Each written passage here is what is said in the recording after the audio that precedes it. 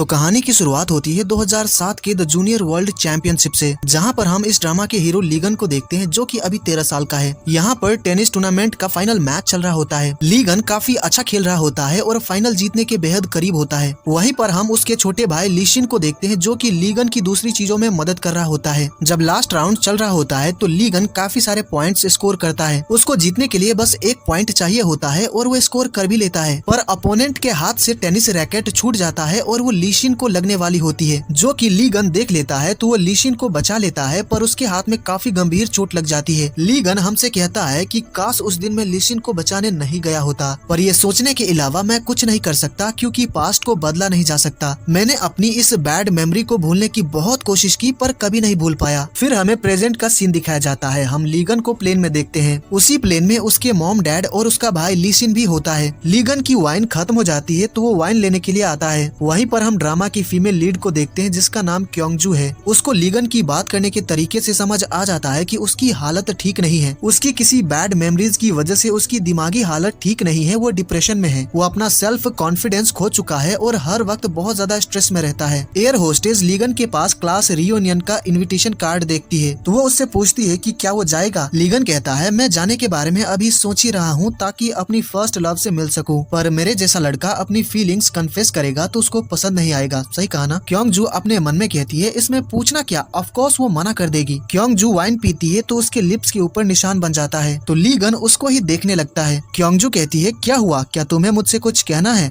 Ligand कहता है मैं काफी देर से तुम्हें देख रहा हूँ। जो सुनकर क्योंगजू कहती है मेरा ऑलरेडी एक बॉयफ्रेंड है। तो लीगन उसको बताता है कि उसके चेहरे पर वाइन लगी है और पोंछने के लिए टिश्यू भी देता है और कहता है मैं यही बताने की कोशिश कर रहा था, तुम पर लाइन नहीं मार रहा था। तभी कुछ प्रॉब्लम की वजह से प्लेन इधर उधर हिलने लगती है तो लीगन गलती से क्योंगजू के लिप्स को अपने थंब से पुश कर देता है जिससे उसके आगे का दांत टूट जाता है। लीगन उससे माफी मांगता है और कहता है कि वो कंपनसेट कर देगा। तो क्योंगजू उसको बताती है कि उसने नकली दांत लगवाया था जो निकल गया था, वो टूटा नहीं है। तभी प्लेन काफी ज्यादा हिलने लगती है तो लीगन गिरने लगता है, पर क्योंगजू लीगन को बचाने के बजाय अपने लैपटॉप को बचाती है क्योंकि उसमें काफी इम्पोर्टेंट डाटा स्टोर्ड है। क्योंगजू उसके सामने आती है तो लीगन को एक छोटी लड़की याद आती है जिसने काफी साल पहले उसकी जान बचाई थी। क्योंगजू उसका हाथ पकड़कर उसको उठाने जाती है तो उसका हाथ दर्द करने लगता है। क्योंगजू काफी परेशान हो जाती है कि कहीं इसको ज्यादा चोट तो नहीं लग गई। तभी लीगन कहता है मैं ठीक हूँ, तुम जा सकती हो। क्योंगजू जाने से पहले वहाँ पर अपना बिजनेस कार्ड छोड़ देती है और कहती है अगर मेरी वजह से तुम्हें चोट लगी हो तो मुझे कांटेक्ट कर लेना। फिर हमें पास्ट का सीन दिखाया जाता है। लीगन अपनी दादी के घर पे सोया होता है। अपने मॉम डैड की आवाज सुनकर उसकी नींद खुल जाती है। वो उसकी दादी से कह रहे होते हैं कि हमने ऑलरेडी सारा सामान ऑस्ट्रेलिया शिफ्ट कर दिया है। हम चाहते थे कि लीगन ऑस्ट्रेलियन कोच के अंडर ट्रेन हो जो कि वर्ल्ड में बेस्ट हैं। हमने कभी नहीं सोचा था कि चीजें ऐसी हो जाएगी। हमने ट्रेनिंग के लिए पैसे ऑलरेडी पे कर दिए हैं तो अब लीगन की जगह लीशिन ट्रेनिंग लेगा। लीगन की दादी कहती है जो भी है, पर तुम लोग उसे यहाँ कैसे छोड़ सकते हो, वो अभी भी एक छोटा बच्चा है। लीगन की मॉम कहती है ऐसा नहीं है कि हम उसको अपने साथ नहीं ले जाना चाहते हैं। अगर वो हमारे साथ ऑस्ट्रेलिया आया तो लीशिन को ट्रेनिंग करते देखकर उसको बिल्कुल अच्छा नहीं लगेगा, इसीलिए कुछ सालों तक आप उसको अपने साथ रख लीजिए। ये सारी बातें सुनकर लीगन अपना मेडल पहन लेता है और अपने कपड़े पैक कर लेता है। जब उसके मॉम डैड लीशिन को लेकर टैक्सी से जा रहे होते हैं तो लीगन दौड़ते हुए उनके पीछे आ रहा होता है और कह रहा होता है प्लीज मुझे भी अपने साथ ले चलिए। उसके मॉम डैड उसको भागते हुए देखते हैं पर नहीं रुकते हैं। लीगन भागते भागते नीचे गिर जाता है और उसका मेडल पानी में चला जाता है। मेडल को पानी से कैसे निकाले वो सोच ही रहा होता है, इतने में वो भी पानी के अंदर गिर जाता है। जब उसकी आंखें खुलती है तो उसके सामने एक लड़की होती है जिसने उसको बचा लिया था। वो उससे पूछ रही होती है कि क्या वो ठीक है। Now back to the present. Plane Korea में लैंड हो जाती है तो लीगन के डैड लीशिन के कपड़े लीगन को पहना देते हैं और साथ ही मास्क से अपना चेहरा ढक लेने को कहते हैं। जब लीगन सभी सामान लेकर बाहर आता है तो लीशिन के फैंस उसको चारों तरफ से घेर लेते हैं और एक बच्चा तो उसको फूलों का माला भी पहना देता है, जिससे हमें समझ आ जाता है कि लीशिन अब काफी फेमस टेनिस प्लेयर बन चुका है। पर तभी उन सभी को पता चल जाता है कि ये लीशिन नहीं है, कोई और ही है। वो लोग लीशिन को गाड़ी में जाते हुए देख लेते हैं तो वो लोग उसके पास जाते हैं और काफी सारे सवाल पूछने लगते हैं। लीगन सारा सामान लेकर गाड़ी के पास जाने लगता है पर वो क्योंगजू से टकरा जाता है जिससे सारा लगेज नीचे गिर जाता है। लीगन उससे माफी मांगता है और अपना सामान उठाता है। तभी वहाँ पर वो बच्चा आता है और कहता है मुझे मेरा माला वापस चाहिए, तो वो वापस कर देता है। लीगन सारा सामान गाड़ी के अंदर रख देता है पर उसके बैठने से पहले ही ड्राइवर गाड़ी स्टार्ट करके चला जाता है और लीगन पीछे ही छूट जाता है। लीशिन के डैड उससे कहते हैं तुम कई साल से प्रोफेशनल एथलीट हो, क्या अभी भी कैमरा के सामने नर्वस फील करते हो? तो लीशिन हाँ कहता है। उसकी मॉम कहती है लीगन किसी काम का नहीं है, थोड़ी देर के लिए भी रिपोर्टर्स को संभाल नहीं पाया। उसके डैड कहते हैं तुम भी ना कुछ भी बोलती रहती हो, इसमें उसकी क्या गलती है। तभी वो लोग नोटिस करते हैं कि गाड़ी में लीगन तो है ही नहीं। उसके डैड उसको मैसेज करते हैं कि वो टैक्सी लेकर घर आ जाए और लीसिन के क्रेडिट कार्ड से टैक्सी वाले को पैसे पे कर दे। क्योंगजू जब टैक्सी में बैठ रही होती है तो उसकी नजर लीगन पर जाती है, तो लीगन अपना चेहरा छुपा लेता है तो वो वहाँ से चली जाती है। उसके बाद हम क्योंगजू को प्रेजेंटेशन देते हुए देखते हैं। वो कहती है ये माउस नंबर 107 है। 3 महीने पहले खाना लाने की कोशिश में इसे बिजली का झटका लगा था। उसके बाद भले ही हमने इसको डिलीशियस खाना दिया या इसके सराउंडिंग को आरामदायक बना दिया, फिर भी इसे इंडाइजेशन होती रही। हर किसी के पास एक बुरी यादें जरूर होती है, एक सीरियस एक्सीडेंट की मेमोरी जिससे फिजिकल हार्म हुआ हो, कभी कभी फैमिली मेंबर्स द्वारा कहे गए एक कठोर शब्द बैड मेमोरीज बन जाती है, या फिर वो मोमेंट जिस वक्त उन लोगों ने आपको छोड़ दिया जिससे आप बहुत प्यार करते थे। एक बार जब एक बुरी यादें बन जाती है तो वो एक अपरिवर्तनीय ट्रॉमा में बदल जाता है। बुरी यादें दर्दनाक, परेशान करने वाली और कड़वी होती है। क्या होगा अगर हम उन यादों को हमेशा के लिए मिटा सके? फॉर एग्जाम्पल, अगर हमारे पास एक बैड मेमोरी इरेजर हो तो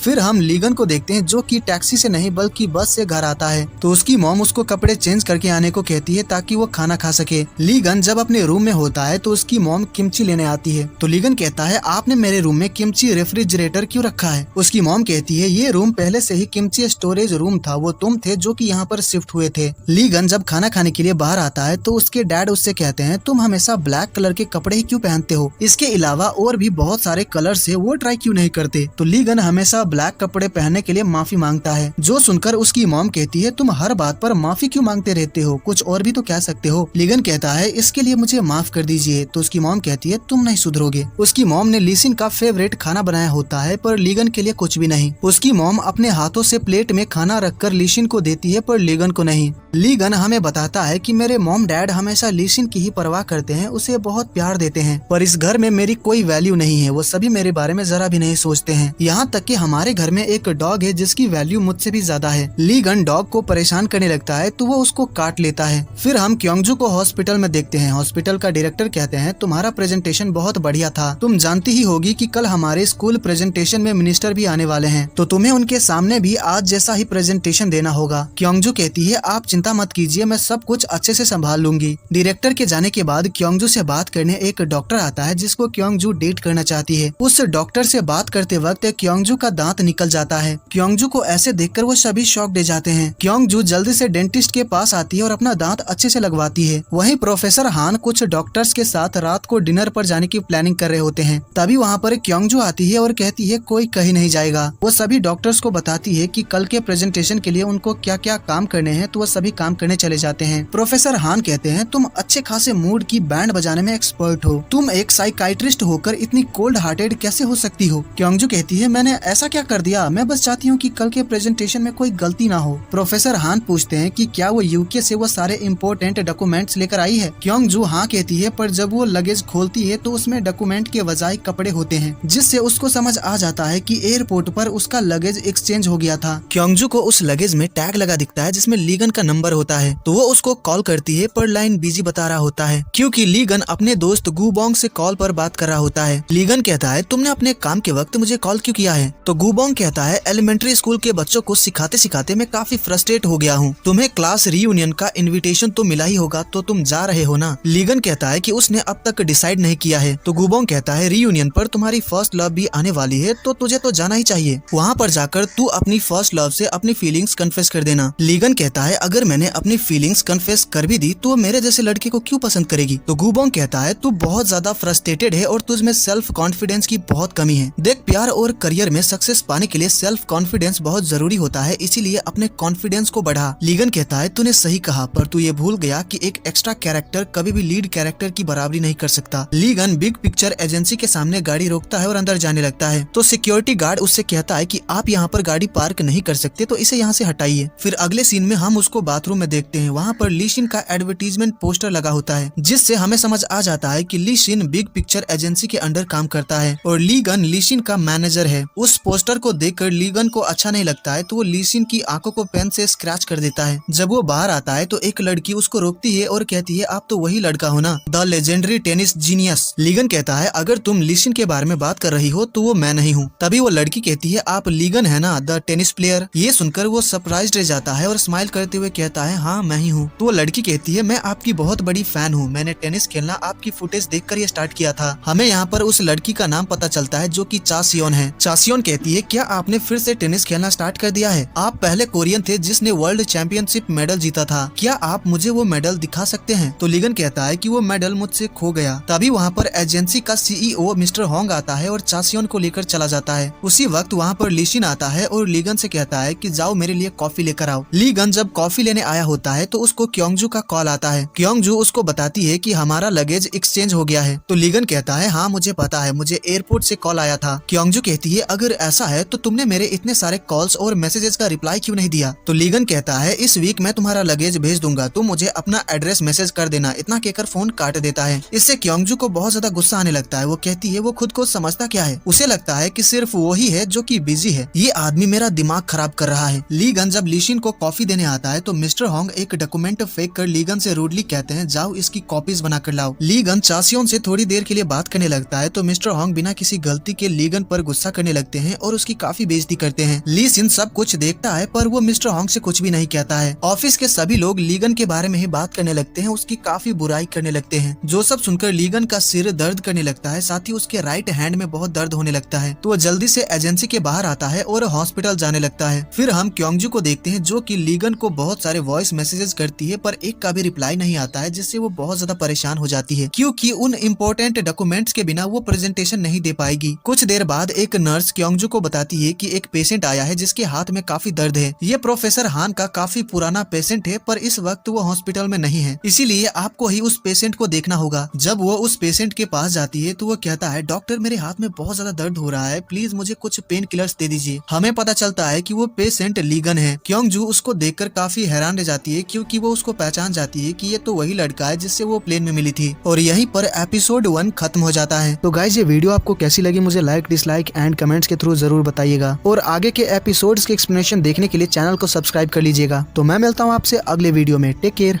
बाय बाय।